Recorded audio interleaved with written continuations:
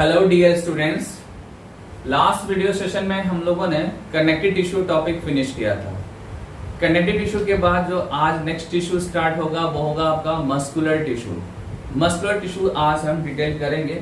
Muscular tissue का जो first point है वो ये है कि ये स्पेशल टिश्यू है और साथ में ये मेसोडर्म जर्म लेयर से ओरिजिनेट हुआ है। इसकी जो ओरिजिन है वो मेसोडर्म जर्म लेयर से हुई है। ठीक है, आपको पहले भी मैंने बताया था कि जर्म लेयर्स जो हैं वो 3 टाइप्स के हैं, एक्टोडर्म, मेसोडर्म एंड एंडोडर्म्स। ठीक है, और ये जो जर्म लेयर्स हैं ये एम्ब्रियोनिक डेवलपमेंट के टाइम पे फॉर्म होते हैं। एम्ब्रियोनिक डेवलपमेंट के टाइम पे ये लेयर के फॉर्म में फॉर्म होते हैं और एक्टो, मेसो और एंडो जो जर्म लेयर हैं ये डिफरेंट बॉडी पार्ट्स को बनाते हैं। मैंने इंट्रोडक्शन ऑफ एनिमल टिश्यू में बताया था कि जो एपिथेलियल टिश्यू होते हैं वो एक्टो, मेसो और एंडो तीनों से ओरिजिनेट होते हैं। कनेक्टिव टिश्यूज जो होते हैं वो मेसोडर्म जर्म लेयर से ओरिजिनेट होते हैं। मस्कुलर टिश्यू अभी मैंने बताया आपको कि ये किससे ओरिजिनेट हो रहे हैं, ये भी मेसोडर्म जर्म लेयर से हो रहे हैं। बट जब आप नर्वस टिश्यू पढ़ते हैं तो नर्वस टिश्यूज जो है वो ओरिजिनेट होते हैं एक्टोडर्म जर्म लेयर से।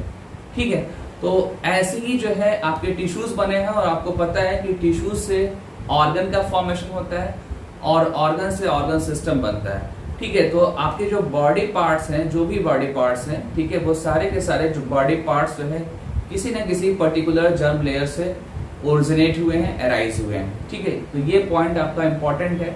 देन नेक्स्ट पॉइंट पे चलते हैं। नेक्स्ट पॉइंट ये है कि अगर किसी भी एडल्ट ह्यूमन का अगर आप वेट लेते हैं, किसी भी एडल्ट ह्यूमन का अगर वेट लेते हैं तो उस एडल्ट ह्यूमन के वेट का 40 to 50% जो पार्ट होता है वो मस्कुलर टिश्यू का होता है। ठीक है, ये पॉइंट आपको लर्न करना होगा, ये एनसीईआरटी की लाइन है।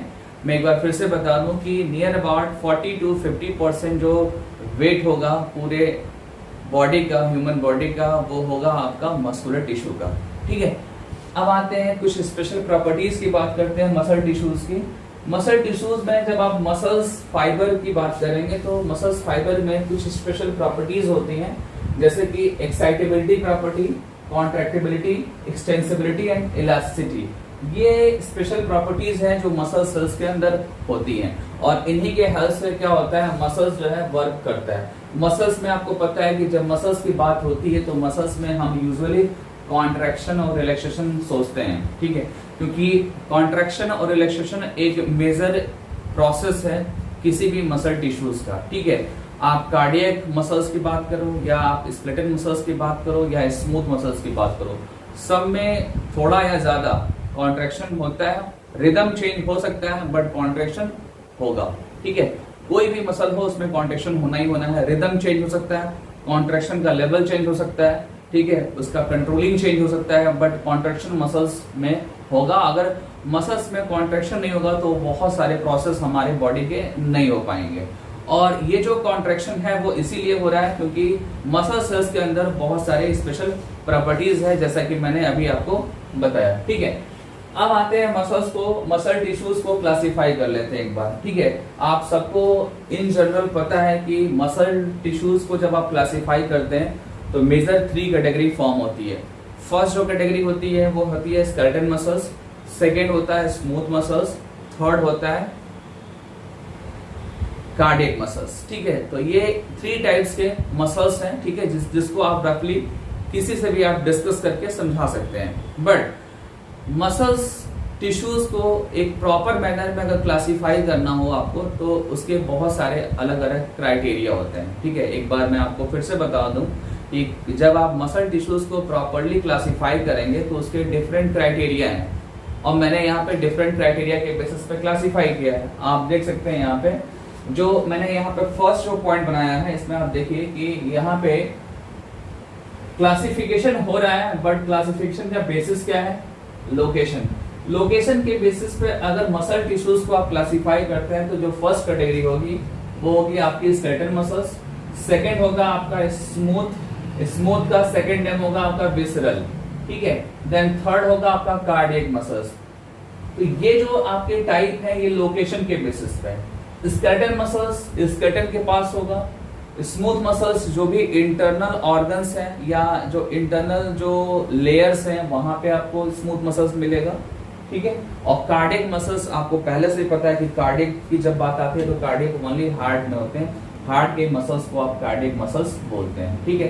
तो ये जो क्लासिफिकेशन है ये लोकेशन के बेसिस पे हो गया। अब हम क्लासिफिकेशन करेंगे अपीयरेंस के बेसिस पे एज वेल एज स्ट्रिएशन के बेसिस पे। अपीयरेंस मतलब यहाँ पे स्ट्रिएशन ही है, ठीक है। अपीयरेंस का मतलब यहाँ पे क्या है, स्ट्रिएशन, और स्ट्रिएशन का मतलब होता है बैंड्स, ठीक है। क्या होता है, बैंड्स। थोड़ा बैंड्स की मैं बात कर लूं। एक्चुअली क्या होता है कि जब आप मसल्स का डायग्राम बनाते हैं तो मसल्स के डायग्राम में क्या होता है, बहुत सारे डार्क और लाइट बैंड होते हैं। मसल्स का जब आप डायग्राम बनाते हैं तो बहुत सारे डार्क और लाइट बैंड होते हैं, ठीक है। ये देखो, ये लाइट बैंड है, ये डार्क बैंड है। तो ऐसे ही बैंड बहुत सारे होते हैं, स्पेशली आपके स्केलेटल मसल्स में होते हैं और कार्डियक मसल्स में होते हैं। स्केलेटल मसल्स में और कार्डियक मसल्स में प्रॉपर स्ट्रिएशन होता है। स्ट्रिएशन मींस वहां बैंड्स होते हैं, लाइट और डार्क बैंड होते हैं। और आपको बता दूं कि ये जो बैंड होते हैं वो मसल्स के अंदर, जो मसल्स के सेल होते हैं, एक बार ध्यान देना आप, मसल्स के अंदर क्या होते हैं, मसल्स के सेल होते हैं। और मसल सेल्स के अंदर क्या होता है, मायोफाइब्रिल्स होते हैं। क्या होते हैं, मायोफाइब्रिल्स। एक बार मैं यहाँ पे आपको सीक्वेंस बता दूं। आप जब भी किसी मसल टिश्यू की स्टडी करेंगे, मसल टिश्यू की जब स्टडी करेंगे तो मसल टिश्यूज में क्या होंगे, मसल के सेल्स होंगे, मसल्स के सेल्स होंगे, जिसको आप बोल सकते हैं मसल फाइबर। क्या बोल सकते हैं, मसल फाइबर। और मसल फाइबर में अगर आप इसका इंटरनल स्ट्रक्चर देखेंगे आप, तो वहां पे क्या होगा, मायोफाइब्रिल्स। क्या होंगे, मायोफाइब्रिल्स, ठीक है। मायोफाइब्रिल्स कंपोज बाय मायोफिलामेंट्स, ठीक है। ये जो मायोफिलामेंट्स है, इनका अरेंजमेंट ऐसा होता है मसल सेल्स के अंदर कि स्ट्रिएशन फॉर्म हो जाता है, बैंड्स फॉर्म हो जाते हैं। जब आप लोकोमोशन एंड मूवमेंट्स टॉपिक पढ़ते हैं तो स्ट्रिएशन का फॉर्मेशन आपको समझ में आ जाता है, ठीक है। वहां पे जब मसल का कॉन्ट्रैक्शन होता है तो बैंड्स जो है वो शिफ्ट करते हैं। बैंड्स शिफ्ट इसलिए करते हैं क्योंकि मायोफिलामेंट्स शिफ्ट करता है, उनका जो रेशियो है या उनके जो कंपोनेंट्स हैं, उनके टाइप है, उनकी शिफ्टिंग होती है और उनका जो प्रेजेंस होता है वो स्ट्रिएशन के लिए रिस्पॉन्सिबल होता है। तो ये चीज आप नोट कर लीजिएगा कि स्ट्रिएशन जो है वो मायोफिलामेंट से हो रहा है। मायोफिलामेंट्स किसको बना रहे हैं, मायोफाइब्रिल्स बना रहे हैं। और मायोफाइब्रिल्स कहाँ पे है, मसल सेल्स में है। और मसल सेल्स का जो ग्रुप है वो क्या है, मसल टिश्यू है।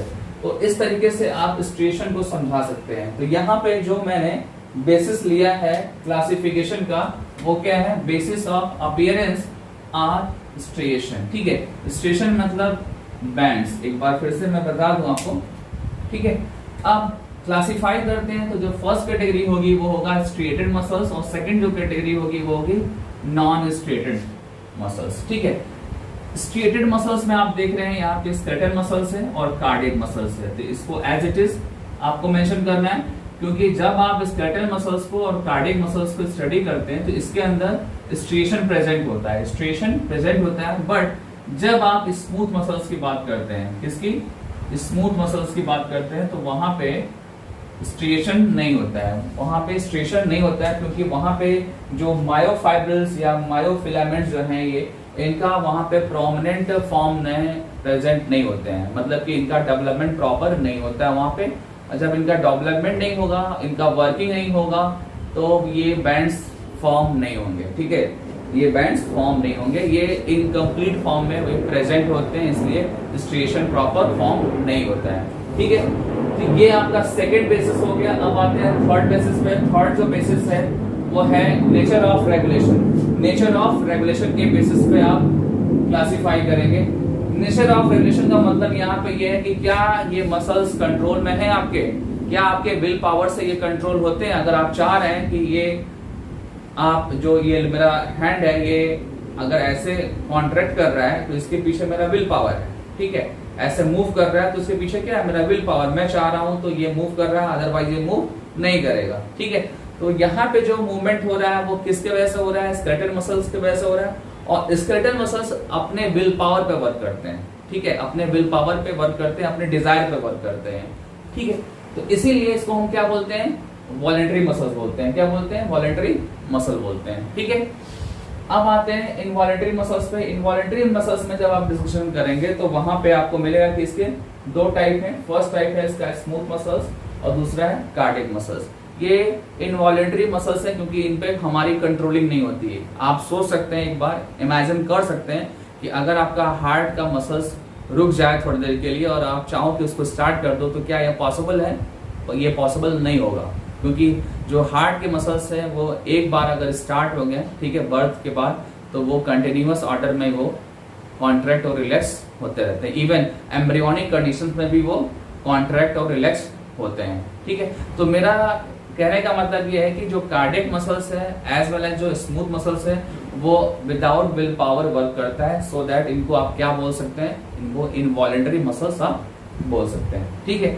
तो ये मैंने डिफरेंट बेसिस पे मैंने मसल्स को क्लासिफाई कर लिया। अब आते हैं मसल्स के ऑर्गेनाइजेशन पे। जब आप मसल टिश्यूज की बात करेंगे तो वहां पे आपको मेनी लॉन्ग सिलिंड्रिकल फाइबर्स मिलेंगे, दैट मीन्स कि मसल्स के फाइबर मिलेंगे, ठीक है। मसल्स के फाइबर मीन्स मसल सेल्स, ठीक है। जो आपका मसल टिश्यू होता है वो ग्रुप ऑफ फाइबर से बने होते हैं। ये फाइबर सपोज दैट है, ये भी फाइबर है, ये भी फाइबर है, और ऐसे बहुत सारे जो है ऐसे बहुत सारे फाइबर्स होते हैं, और इनके ग्रुप को आप क्या बोलते हैं? इनके ग्रुप को आप बोलते हैं मसल टिश्यू बोलते हैं, ठीक है, मसल टिश्यू बोलते हैं, ठीक है।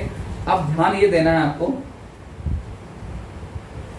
कि ये जो मसल फाइबर्स होते हैं, इस मसल फाइबर के अंदर क्या होता है? मायोफाइब्रिल्स होते हैं। क्या होते हैं? Myofibrils. Myofibrils compose by or made up by myofilaments, ठीक है, compose or made up by myofilaments. And myofilaments की दो टाइप है यहाँ पे, ठीक है। फर्स्ट आपका क्या है? एक्टिन मायोफिलामेंट, एक्टिन मायोफिलामेंट, और जो सेकेंड होगा वो होगा मायोसिन मायोफिलामेंट, ठीक है। तो ये मायोफिलामेंट्स के दो टाइप हैं और यही रिस्पॉन्सिबल होते हैं मसल कॉन्ट्रैक्शन के लिए। इनका अरेंजमेंट है कुछ इस तरीके से होता है कि जब ये स्लाइड करते हैं, शिफ्ट करते हैं, तो मसल्स के अंदर कॉन्ट्रैक्शन होता है, और मायोफिलामेंट्स के एलॉन्ग ही कॉन्ट्रैक्शन और रिलैक्सेशन होता है। जो जैसा उसका अरेंजमेंट होता है उसी के पैरेलल वो क्या करते हैं? कॉन्ट्रैक्शन एंड रिलैक्सेशन करते हैं, ठीक है। आप देख सकते हैं यहाँ पे muscle tissue is made up of many long cylindrical fibre cells, that means की muscle fibres are in the form of contractile fibre. Contractile fibre means कि ये कॉन्ट्रैक्ट करेंगे arrange in a parallel array. ये सब parallelly arranged है, आप देखो parallelly ये अरेंज्ड है, ठीक है। ईच कंटेनिंग, मतलब कि इसके अंदर की बात हो रही है, इसके अंदर क्या होगा? फाइब्रिल्स होंगे। मैंने यहाँ बताया ना कि मसल फाइबर के अंदर क्या होते हैं? मायोफाइब्रिल्स होते हैं, उनको क्या बोलेंगे हम? मायोफाइब्रिल्स। आप देखो यहाँ पे each containing fine fibrils called myofibrils present in the cytoplasm, ठीक है। तो ये मायोफाइब्रिल्स कहां पे होंगे? सेल के साइटोप्लाज्म में होंगे, सेल के साइटोप्लाज्म में होंगे, ठीक है। और एक चीज और है कि जो मसल्स का साइटोप्लाज्म होता है उसका नेम डिफरेंट होता है, नेम होता है उसका सार्कोप्लाज्म, ठीक है। Cytoplasm of muscles is known as sarcoplasm. ये नोट करना।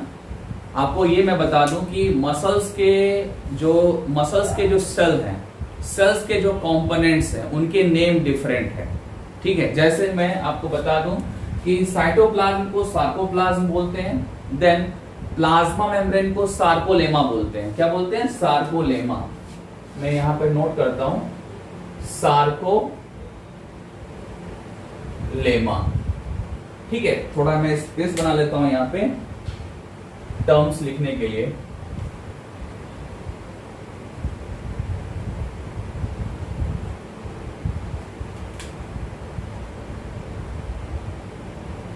सार्कोलेमा किसको बोलते हैं?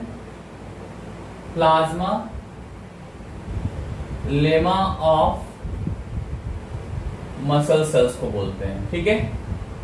और सार्कोप्लाज्म किसको बोलते हैं? सार्कोप्लाज्म बोलते हैं साइटोप्लाज्म ऑफ मसल सेल्स को, ठीक है। देन एक और है सार्कोमियर। क्या है? सार्कोमियर। सार्को मियर क्या होता है, ये आपको मायोफाइब्रल्स में मिलेंगे, ठीक है। मायोफाइब्रल्स में जब आपको मसल कॉन्ट्रेक्शन मैं बताऊंगा तो वहां पे मिलेगा, ठीक है, इसको आप छोड़ सकते हैं। देन एक होता है आपका सार्कोसोम। सार्कोसोम क्या होता है, सार्कोसोम माइटोकॉन्ड्रिया को बोलते हैं, ठीक है। मसल सेल्स में जब आप माइटोकॉन्ड्रिया डिस्कस करते हैं तो वहां पे आप सार्कोसोम बोलते हैं, ठीक है। तो ध्यान देना आप लोग कि सार्कोसोम किसको बोल रहे हैं, माइटोकॉन्ड्रिया और मसल सेल्स को बोल रहे हैं। सार्कोप्लाज्म बोल रहे हैं साइटोप्लाज्म ऑफ मसल सेल्स को, और सार्कोलेमा बोल रहे हैं आप plasma lemma of muscle cells को बोल रहे हैं, ठीक है। एक और टर्म है उसको भी आप नोट कर सकते हैं, वो है आपका sarcoplasmic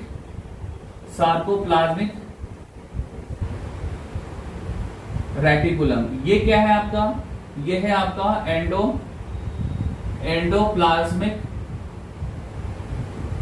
reticulum of muscle cells, ठीक है। तो ये चीज आप लोग ध्यान देना।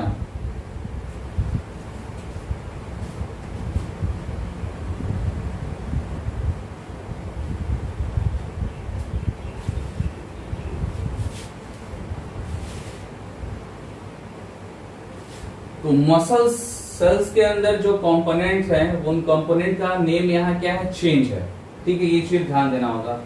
मैं एक बार फिर से रिपीट कर दे रहा हूँ। मसल सेल्स का जो मेम्ब्रेन है उसको सार्कोलेमा, ठीक है। मसल सेल्स का जो साइटोप्लाज्म है उसको सार्कोप्लाज्म। मसल सेल्स का माइटोकॉन्ड्रिया को क्या बोलेंगे, सार्कोसोम्स। और मसल सेल्स के एंडोप्लाज्मिक रेटिकुलम को सार्कोप्लाज्मिक रेटिकुलम बोलेंगे। तो ये चीज नोट कर लेना, ठीक है। एक बार फिर से मसल टिश्यूज को मैं एक्सप्लेन कर दूं। मसल टिश्यूज क्या होते हैं, ग्रुप ऑफ सेल्स होते हैं। यहाँ पे सेल कौन सा है, मसल सेल्स और muscle fibres, and each muscle fiber have many myofibrils, and these myofibrils found in cytoplasm, that means कि sarcoplasm, ठीक है। and myofibrils made up by myofilaments। myofilaments में कौन कौन से myofilament है, actin myofilament and myosin myofilament. तो ये चीज आपको ध्यान देना होगा, ठीक है। ये चीज आपको ध्यान देना ही होगा, क्योंकि अगर आपको समझना है मसल्स के फंक्शन को तो आपको मसल के फाइब्रिल्स पे ध्यान देना होगा। मसल्स के जो फाइब्रिल हैं, मायोफाइब्रिल्स, इनको समझना। तो मायोफिलामेंट्स जो होते हैं ये प्रोटीन के फिलामेंट्स होते हैं, प्रोटीन के फिलामेंट होते हैं। एक्टिन और मायोसिन ये क्या है एक्चुअली में, ये प्रोटीन के फिलामेंट्स हैं, ठीक है। इस चीज को आप समझिए। अब आते हैं कि जब ये मसल सेल्स कॉन्ट्रैक्ट करते हैं तो इनका एक कोऑर्डिनेटेड फैशन में कॉन्ट्रैक्शन एंड रिलैक्सेशन होता है। ऐसा नहीं कि रैंडमली कॉन्ट्रैक्शन हो रहा है, रिलैक्सेशन हो रहा है। एक उसका रिदम होता है कि उस तरीके से वो कॉन्ट्रैक्ट होगा और उसी एक्सिस में वो रिलैक्स होगा, ठीक है। जब भी कोई मसल्स कॉन्ट्रैक्ट होता है तो उसका एक पैटर्न होता है, उसका एक एक्सिस होता है। उस एक्सिस में एक बार वो कॉन्ट्रैक्ट करता है और फिर एक बार वो रिलैक्स होता है। तो ये चीज भी आपको ध्यान देना है। यहाँ पे आप देखो second line, muscles fibre contract and relax in a coordinated fashion. Coordinated का मतलब कि एक बार कॉन्ट्रैक्ट होगा, देन रिलैक्स होगा, देन अगेन कॉन्ट्रैक्ट होगा और देन अगेन रिलैक्स होगा, ठीक है। टू प्रोड्यूस मूवमेंट और maintain the position of the various part of the body. जैसे ये मेरा हैंड है, ठीक है, और ये आप देख रहे हैं मूव कर रहा है, तो यहाँ पे पोजीशन चेंज हो रहा है, ठीक है। पोजीशन क्यों चेंज हो रहा है, क्योंकि यहाँ पे जो मसल्स के फाइबर्स हैं वो क्या हो रहे हैं, एक कोऑर्डिनेटेड फैशन में कॉन्ट्रैक्ट एंड रिलैक्स हो रहा है, ठीक है। अब आते हैं कि action of muscle fiber decide movement of the body part to adjust to the change in the environment. Muscles fiber का जो एक्शन है वो डिसाइड करता है कि बॉडी के जो पार्ट्स हैं वो कैसे और कहाँ पे मूव करेंगे एनवायरनमेंट में, ठीक है। एनवायरनमेंट में उनका अलग अलग जो पोजीशन बन रहा है वो क्यों हो रहा है, क्योंकि मसल्स फाइबर जो है वो उस पर कंट्रोल कर रहा है। मसल फाइबर ही डिसाइड कर रहा है कि कैसे मूवमेंट करना है, ठीक है। तो ये आपका मैंने मसल टिश्यू का इंट्रोडक्शन दे दिया। अब हम डिस्कस करेंगे टाइप ऑफ मसल्स, और टाइप ऑफ मसल्स में स्केलेटल मसल्स आपका है, देन उसके बाद से स्मूथ मसल्स है, और लास्ट में आपका क्या है, कार्डियक मसल्स। इनको मैं एक चार्ट के थ्रू एक्सप्लेन करूंगा। इंट्रोडक्शन ऑफ मसल्स के बाद अब डिस्कस करेंगे टाइप ऑफ मसल्स को। टाइप ऑफ मसल्स में मैंने पहले भी बताया आपको कि 3 टाइप्स हैं। फर्स्ट आपका स्केलेटल मसल्स है, सेकंड स्मूथ मसल्स है और थर्ड आपका कार्डियक मसल्स है। ये जो भी मसल्स है ये डिफरेंट क्राइटेरिया पे डिफ़र करते हैं एक दूसरे से, ठीक है, और कुछ क्राइटेरिया में ये सिमिलर होते हैं, ठीक है। तो हम एक बार इसको कंपेयर कर लेते हैं, इसमें सिमिलरिटीज़ और डिफरेंसेस हैं क्या एक्चुअली में। आप देखिए फर्स्ट पॉइंट में आप देखेंगे तो स्केलेटल मसल्स के जो सेल्स होते हैं, मैंने पहले ही बताया उनको क्या बोलते हैं, फाइबर बोलते हैं। क्या बोलते हैं? फाइबर्स। और ये फाइबर जो होते हैं सिलेंड्रिकल होते हैं और अनब्रांच होते हैं, ठीक है।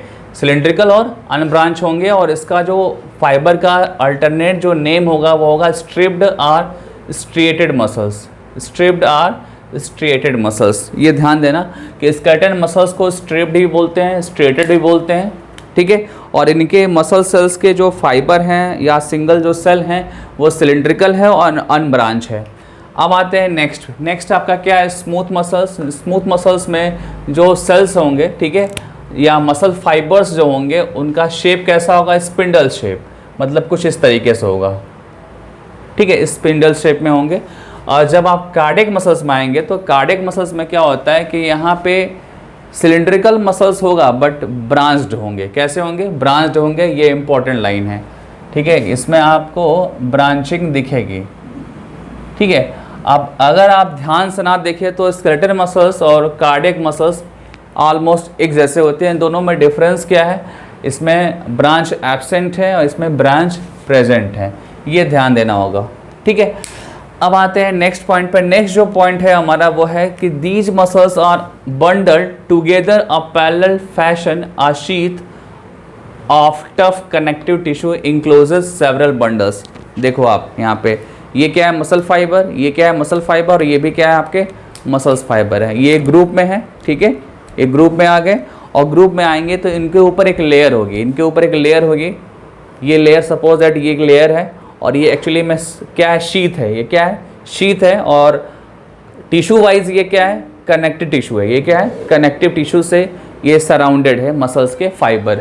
वही यहाँ पे मेंशन है, these muscles fiber are bundled together in the parallel fashion, ठीक है, in the parallel fashion a sheath of tough connective tissue encloses several bundles, ठीक है। बट जब यहाँ पे आओगे तो यहाँ पे क्या है कि यहाँ सेल जंक्शंस जो है, सेल जंक्शंस भी है और शीथ भी है, ठीक है। जैसे ये सेल है, ये भी सेल है, स्मूथ मसल सेल्स, और इनके बीच क्या है? जंक्शन है। क्या है? जंक्शन है। ये जंक्शंस भी इनको एक साथ क्लोज करते हैं और देन उनके ऊपर एक लेयर भी है, एक लेयर भी है। दोनों मिलाकर ये एक साथ सारे फाइबर्स होंगे एक साथ ग्रुप में। आप देखो यहाँ पे cell junctions hold them together and they are bundled together in a connective tissue sheath.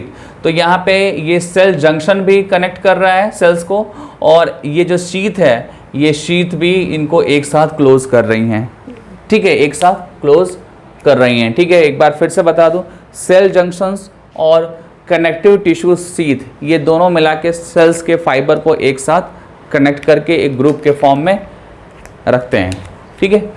अब देन आते हैं नेक्स्ट आपका क्या है? Cell junctions fuse the plasma membrane of cardiac muscle fibres or cells which stick them together. यहाँ पे plasma membrane में क्या है? सेल के जंक्शंस हैं। सेल के जंक्शंस क्या करते हैं? इनको क्लोज कर रहे हैं, इनको एक साथ यूनाइट कर रहे हैं, ठीक है, एक साथ यूनाइट कर रहे हैं। कौन कर रहा है? सेल जंक्शन कर रहे हैं। सेल जंक्शन कहाँ पे है? वो मेम्ब्रेन पे है, प्लाज्मा मेम्ब्रेन और सार्कोलेमा पे है, ठीक है, और ये एक साथ कनेक्ट कर रहे हैं सराउंडिंग जो सेल्स हैं उनको, ठीक है, ध्यान देना। अब आते हैं नेक्स्ट डिफरेंस पे। नेक्स्ट डिफरेंस में आपको बताना है कि कैसे मसल्स कंट्रोल होते हैं और वर्क कैसे करते हैं, क्या वो फटीग होते हैं या नहीं होते हैं। तो सबसे पहले हम डिस्कस करेंगे स्केलेटल मसल्स में। स्केलेटल मसल्स में आपको पहले से भी बताया कि मसल्स इसके वॉलंटरी होते हैं, विल पावर पे कंट्रोल होते हैं और ये फटीग होते हैं, ये फटीग होते हैं, ठीक है, एक लिमिट के बाद ये थक जाते हैं। बट जब आप स्मूथ और कार्डियक मसल्स में आप बताएंगे तो ये कभी नहीं थकते हैं। आप कार्डियक मसल्स, दैट मीन्स कि हार्ट मसल्स कभी देखा है थकते हुए? हार्ट का जो कॉन्ट्रैक्शन और रिलैक्सेशन है वो कॉन्टिन्यूस होता रहता है।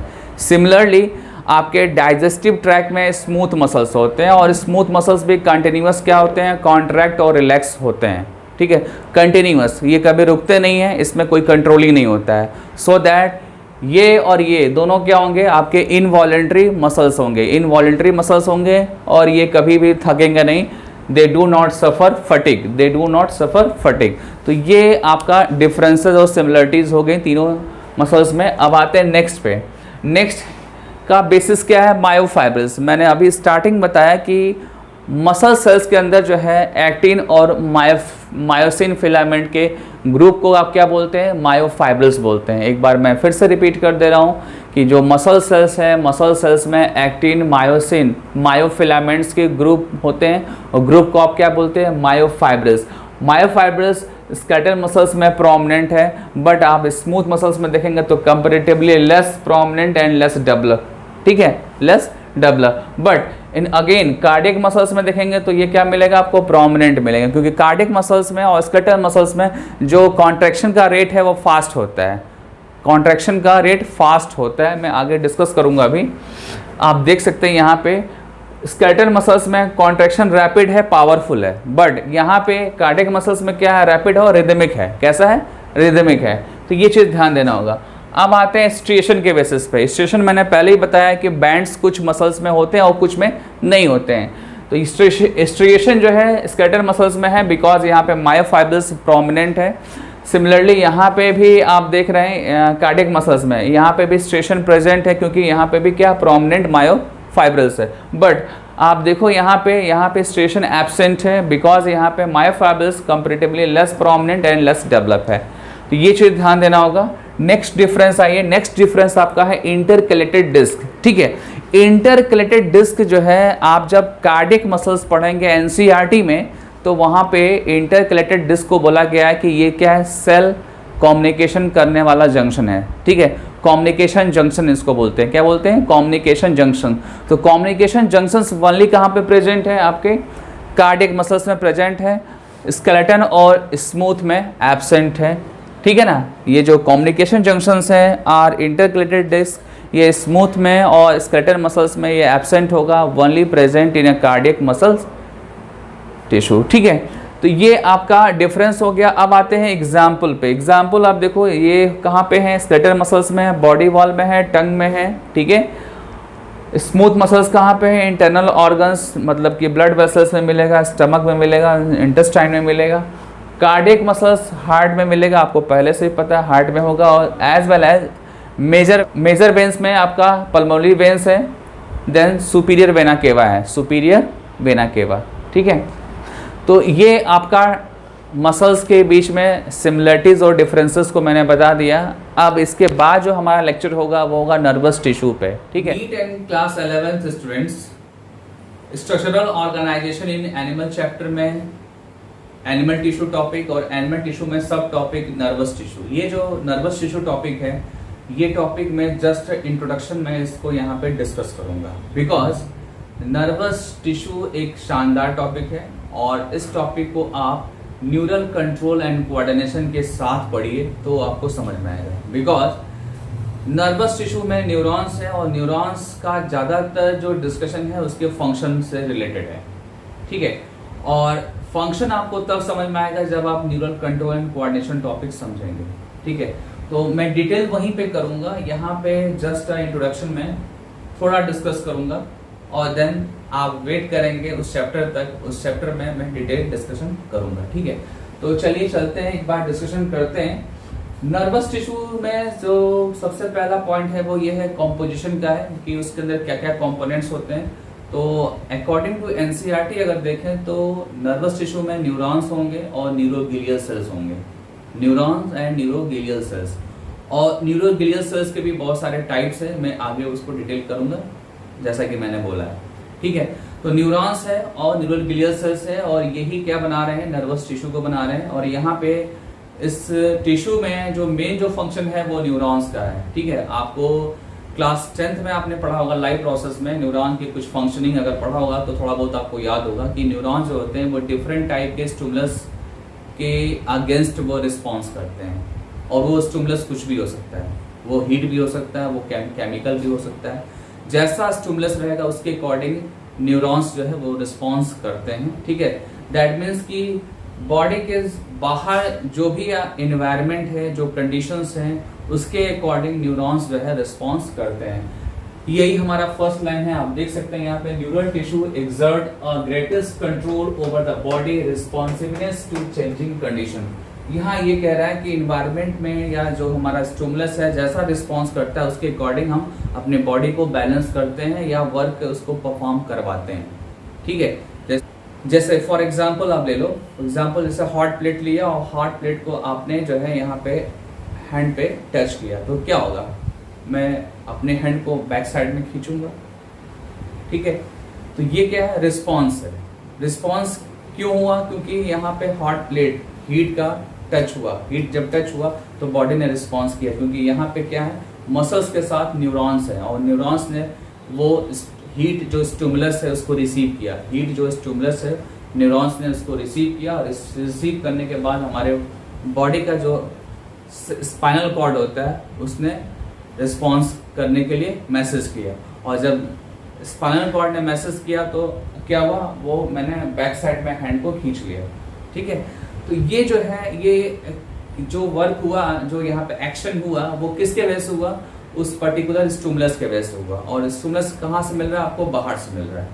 तो सिमिलरली जब आप ऐसे कोई भी स्टिमुलस आप लेंगे और आप देखेंगे कि स्टिमुलस के अकॉर्डिंग क्या हो रहा है, हमारे बॉडी में रिस्पॉन्सेज हो रहे हैं, और यही न्यूरॉन का फंक्शन है, यही न्यूरॉन का फंक्शन है। जब न्यूरॉन किसी स्टिमुलस को रिसीव करता है तो वो होते हैं सेंसरी न्यूरॉन्स, और जिससे रिस्पॉन्स करते हैं वो होते हैं मोटर न्यूरॉन्स, ठीक है। ये कुछ बेसिक लाइन है, आपको पता है, डिटेल में न्यूरल कंट्रोल एंड कोऑर्डिनेशन में करूंगा, ठीक है। यहाँ पे आप देखो, मैंने न्यूरॉन का स्ट्रक्चर यहाँ पे एक तरीके से उसका आउटलाइन एक फ्लो चार्ट बना रखा है, और ये न्यूरॉन का स्ट्रक्चर है, ठीक है। ये फ्लो चार्ट है और ये स्ट्रक्चर है। इस स्ट्रक्चर में ये जो पार्ट है आपका क्या है, साइटोन है, और ये जो पार्ट है ये क्या है, एक्सॉन है, और ये डेंड्रॉन है, और डेंड्रॉन के ब्रांचेस को क्या बोल रहे हैं, डेंड्राइट्स बोल रहे हैं, ठीक है। अब यहाँ पे आ जाओ आप, यहाँ पे आप देखो, ये न्यूरॉन है, न्यूरॉन के दो पार्ट है। फर्स्ट क्या है आपका, साइटोन, साइटोन मैंने अभी जस्ट बताया, ये क्या है, साइटोन है। साइटोन का सेकंड नेम क्या है, सेल बॉडी और पेरिकैरियन, ठीक है। ये नेम है, सिंपली लर्न करने हैं। सेकंड जो पार्ट है वो क्या है, प्रोसेसेस। प्रोसेसेस में क्या होता है, प्रोसेसेस में आप ध्यान दो, ये जो पार्ट है आपका, ये जो पार्ट है ये प्रोसेसेस है, और ये पार्ट आपका प्रोसेसेस है, ठीक है। मैंने यहाँ पे देखिए मेंशन कर रखा है, एक्सॉन्स एंड डेंड्राइट्स, ये क्या है, प्रोसेसेस है, ये लॉन्ग है, आप देख सकते हैं कि इसकी लेंथ ज्यादा है और इसकी लेंथ कम है, तो ये शॉर्ट प्रोसेसेस है, तो ये आपको लर्न करना है। और देन यहाँ पे जो आपके सामने दिख रहा है, ये मल्टीपोलर न्यूरॉन का स्ट्रक्चर है, बिकॉज इसमें आप देख रहे हैं डेंड्रॉन्स बहुत सारे हैं, एक्सॉन्स भी हैं, और आपको साइटोन दिख रहा है। जो ये डेंड्रॉन्स बहुत सारे और एक्सॉन्स दिख रहे हैं आपको, ये मल्टीपोलर न्यूरॉन्स में होते हैं, ठीक है। मल्टीपोलर न्यूरॉन्स में ये होते हैं, और इसमें ये जो सेंटर में दिख रहा है एक सिंगल न्यूक्लियस दिख रहा है। न्यूक्लियस के सराउंडिंग जो है एंडोप्लाज्मिक रेटिकुलम विथ राइबोसोम्स है, एंडोप्लाज्मिक रेटिकुलम विथ राइबोसोम्स है। उनको कलेक्टिवली हम क्या बोलते हैं, नेजल ग्रेन्यूल्स और नेजल बॉडीज बोलते हैं, नेजल ग्रेन्यूल्स और नेजल बॉडीज, ठीक है। और ये क्या है आपका, न्यूरोप्लाज्म है। जैसे साइटोप्लाज्म होता है किसी सेल के अंदर, तो यहाँ पे क्या है, न्यूरोप्लाज्म है, और न्यूरोप्लाज्म में न्यूरोफाइब्रिल्स होते हैं। क्या होते हैं, न्यूरोफाइब्रिल्स होते हैं, ये प्रोटीन के फाइबर्स होते हैं। एक्चुअली ये होते हैं साइटोस्केलेटन। आपको मैंने यूनिट ऑफ लाइफ चैप्टर में बताया था कि साइटोस्केलेटन हमारे सेल्स में होते हैं, और यहाँ पे जो साइटोस्केलेटन है वो क्या है, न्यूरोफाइब्रिल्स है, ठीक है। ये जो पार्ट आपको दिख रहा है, हाँ एक चीज और है कि ये जो आपके नेजल बॉडीज हैं या नेजल ग्रेन्यूल्स हैं, ये करते क्या है, ये प्रोटीन की सिंथेसिस करते हैं, क्योंकि ये एंडोप्लाज्मिक रेटिकुलम और राइबोसोम का कलेक्शन है, और जब ये दोनों इन्वॉल्व होते हैं तो प्रोटीन की सिंथेसिस होती है। दैट मीन्स कि जो नेजल ग्रेन्यूल्स है वो प्रोटीन की सिंथेसिस करेंगे, और nasal granules only found in neurons, ठीक है।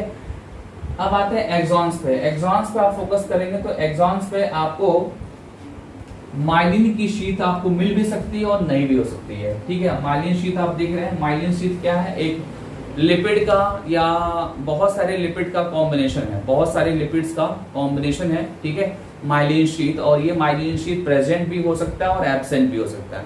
In presence or absence of myelin sheath, neurons are nerve fiber classified into two categories. Neurons are nerve fibers categorized into two categories.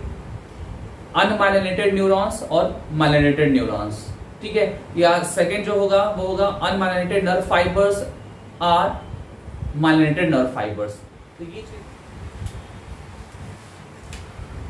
आप देख रहे हो यहाँ पे कि माइलिन शीथ यहाँ पे प्रेजेंट है एक्सॉन्स के ऊपर, ठीक है। और ये माइलिन शीथ जो है इसके प्रेजेंस और एब्सेंस पे इसके नेम है। जैसे माइलिन शीथ अगर प्रेजेंट है न्यूरॉन्स में तो आप क्या बोलेंगे, माइलिनेटेड न्यूरॉन्स बोलेंगे,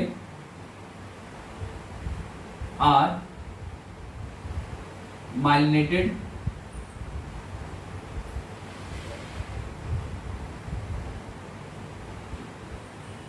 नर्व फाइबर भी बोल सकते हैं, नर्व फाइबर, ठीक है। और अगर एब्सेंट है तो आप क्या बोलेंगे, non myelinated neurons are non myelinated nerve fiber, ठीक है। इस तरीके से आप माइलिन की शीथ के प्रेजेंस और एब्सेंस पे इसको कैटेगराइज कर सकते हैं। माइलिनेटेड के जगह पे एक और टर्म यूज करते हैं, वो होता है मेडुलेटेड और नॉन मेडुलेटेड। ये भी वर्ड आप यूज कर सकते हैं यहाँ पे, ठीक है। अब आप देख रहे हो यहाँ पे कि माइलिन शीथ कुछ जगह पे यहाँ क्या है, एब्सेंट है, ये एब्सेंट है यहाँ पे। तो इस पर्टिकुलर प्लेस को आप बोलेंगे नोड ऑफ रानीवियर। क्या बोलेंगे, नोड ऑफ रानीवियर। यहाँ पे माइलिन शीथ एब्सेंट है, ठीक है। देन आते हैं एक्सोलेमा क्या है, जो एक्सोप्लाज्म को। देन आते हैं एक्सोलेमा पे। एक्सोलेमा क्या है, एक्सोलेमा जो एक्सॉन्स को इंक्लोज कर रहा है लेयर, वो क्या होगा, एक्सोलेमा होगा। देन इसके ऊपर जो है आपका जो माइलिन शीथ है, ये माइलिन शीथ एक्चुअली में बनता कैसे है, स्वान सेल से बनता है। कैसे बनता है, स्वान सेल से। तो स्वान सेल्स को भी इंक्लोज करने वाला एक लेयर होता है। स्वान सेल्स के ऊपर भी एक लेयर होगा जिसको बोलेंगे न्यूरिलेमा। क्या बोलेंगे, न्यूरिलेमा। ध्यान देना आप लोग, ठीक है। एक्सॉन को कवर करने वाला एक्सोलेमा, ठीक है। और स्वान जो सेल्स है उनको कवर करने वाला वो क्या होगा, न्यूरिलेमा होगा। और जो स्वान सेल्स है वो कहाँ पे है, वो एक्सॉन के ऊपर है, एक्सॉन्स के ऊपर है। ये देख सकते हैं, ये क्या है, स्वान सेल्स है। और स्वान सेल्स ही माइलिन शीथ बनाते हैं, उसका प्रोडक्शन करते हैं, ठीक है। तो ये कुछ मैंने आपको पार्ट बता दिया न्यूरॉन्स का। एक और पार्ट है, आप देख रहे हैं यहाँ पे एक्सॉन्स जो है टर्मिनल पे आके इनकी ब्रांचिंग हो गई है। इनको हम क्या बोलते हैं, टीलोडेंड्रिया बोलते हैं, प्लूरल। लास्ट एंड पे जो दिख रहा है वो क्या दिखता है आपको, सिनेप्टिक नॉब दिख रहा है। क्या दिख रहा है यहाँ पे, सिनेप्टिक नॉब। और सिनेप्टिक नॉब जो है वो नेक्स्ट न्यूरॉन से इंटरेक्ट करने में हेल्प करता है। जब भी स्टिमुलस कंडक्ट होता है तो स्टिमुलस कहाँ से स्टार्ट होता है डेंड्रॉन से। और डेंड्रॉन से होते हुए वो एक्सॉन्स की तरफ मूव करता है, ठीक है। तो ये कुछ नर्वस टिश्यू के इंफॉर्मेशन हो गए। अब हम डिटेल इसकी स्टडी करेंगे neural control and coordination chapter में, ठीक है। Okay, bye.